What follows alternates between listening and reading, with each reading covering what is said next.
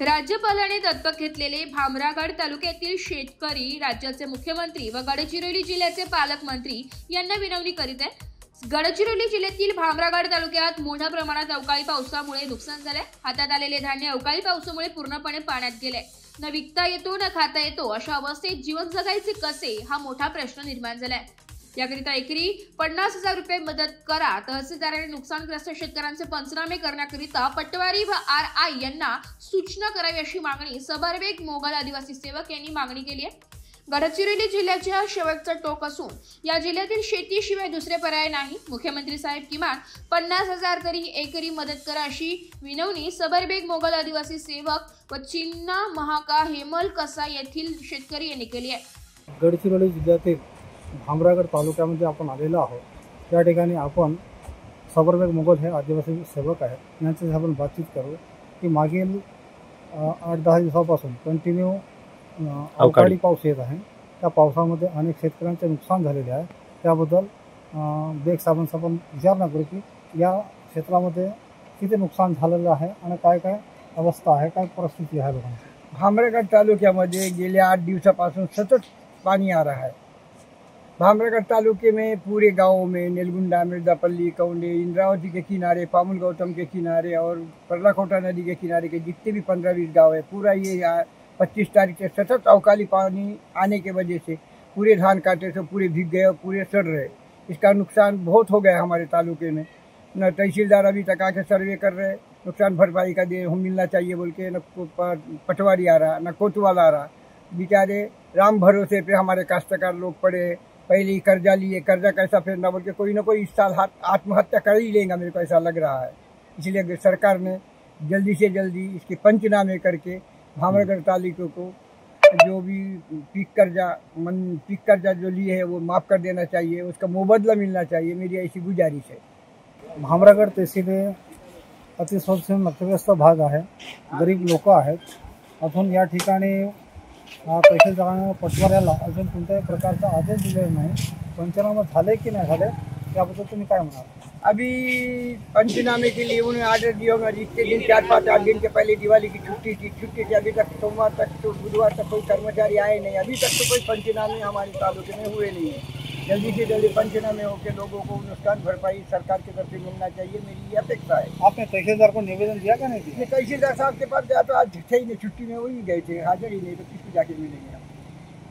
भामरागड तालुक्यामध्ये उभे आहोत आणि भामरागड तालुक्या या ठिकाणी शेतकऱ्यांशी डायरेक्ट आपण शेतामध्ये जाऊन लोकांची समस्या विचारत आहोत की बाबा या ठिकाणी जे नुकसान झालेलं आहे ते कशा पद्धतीने झालं, तर काय करणार, काय मागणी आहे तुमची?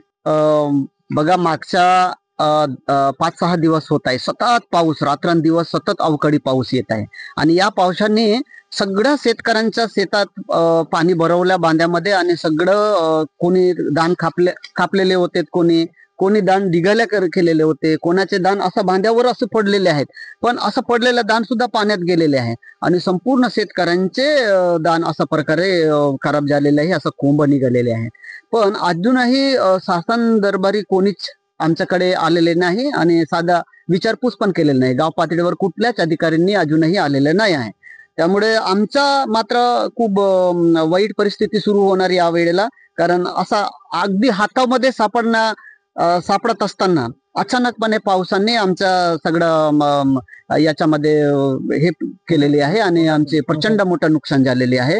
या नुकसानीची भरपाई आम्ही कोणाकडून घ्यावा? आमची तर असा अपेक्षा आहे की शासनाने किमान एकरी 50,000 तरी द्यावा। म्हणजे आमच्या काय ते 1500, 2000 आणि 3000 मध्ये काय शेतकऱ्यांच्या? आपल्या गडचिरोली जिल्ह्याचे पालकमंत्री फडणवीस साहेब आहेत, मुख्यमंत्री आहेत, त्यांना काय सांगाल? बघा, एखादा महाराष्ट्राचे मुख्यमंत्री हा खरं तर सगळ्यांचे म्हणजे राज्यभराचे पालक असतात, पण ते आवर्जून मुख्यमंत्री हा पालकत्व स्वीकारलेला आहे गडचिरोलीचा। आणि पालकत्व स्वीकारल्यानंतर त्यांची जबाबदारी काय आहे? फक्त ह्या सगळं मोठ्या मोठ्या खदान्या विकासाच्या नावामध्ये अजून काही आदिवासींची जमीन, ह्या सगळ्या जल जंगल जमिनीला संपूर्ण संपवण्याची जबाबदारी नाही ना। त्याच्याकडे ह्या बी आहे की त्या लोक कसं जगतात आहे, ते काय खातात आहे, त्यांच्या शेतामध्ये काय पिकतो आहे, किती नुकसान झालं, यांच्याकडे बघण्याचा खूप आवश्यकता आहे. पण अजूनही या पावसामुळे तरी बरेच पत्रकारांनी बातम्या पण लावल्या आहे, पण कोणी याच्याकडे लक्ष दिलेलं नाही, अजूनही कोणी विचारलं नाही, आले नाही.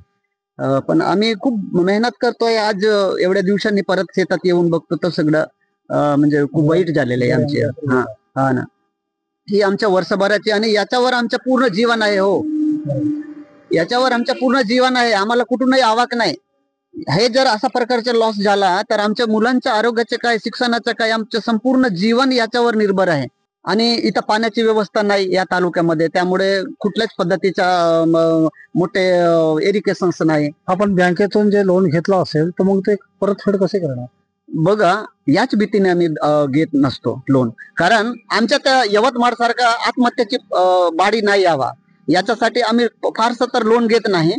पण जे पैसे आहे त्या पोटाला मारून आम्ही जे पैसे वाचवतो आहे त्या पैशातून आम्ही शेतामध्ये काही पैसे गुंतवतो आहे, जेणे या असाने गुंतवतो की ते काहीतरी आम्हाला प्रॉफिट मिळेल. पण दुर्दैवाने हे अशा प्रकारचा नैसर्गिक आपत्ती येतो आणि आमचा सगळा मेहनत मातीमोल होऊन जातो. हा आमचं दुर्दैव शेतकऱ्यांचा. ओके, धन्यवाद. यस मराठीवरून गडचिरोली जावेद. एस मराठी न्यूज साठी विदर्भ संपादक जावेद अली सय्यद, गडचिरोली, भामरागड.